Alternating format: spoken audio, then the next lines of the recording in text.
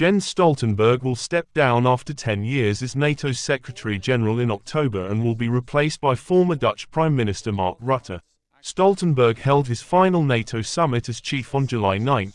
Last year, NATO decided to extend Secretary-General Jens Stoltenberg's contract by a further year, opting to stick with an experienced leader as war rages on the alliance's doorstep rather than try to agree on a successor.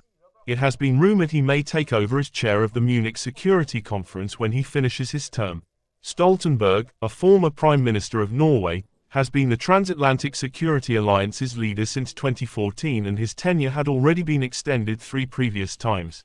Stoltenberg has guided the North Atlantic Treaty Organization through a series of crises since taking charge in 2014, most recently rallying NATO members in support of Ukraine while seeking to prevent the war there from escalating into a direct conflict between NATO and Russia.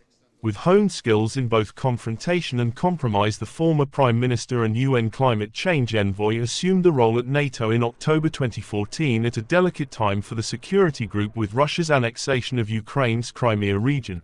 The son of a former defense and foreign minister, Stoltenberg, 65, negotiated a deal with Russia that ended a 4-decade dispute over their Arctic maritime borders and built a personal friendship with then-President Dmitry Medvedev.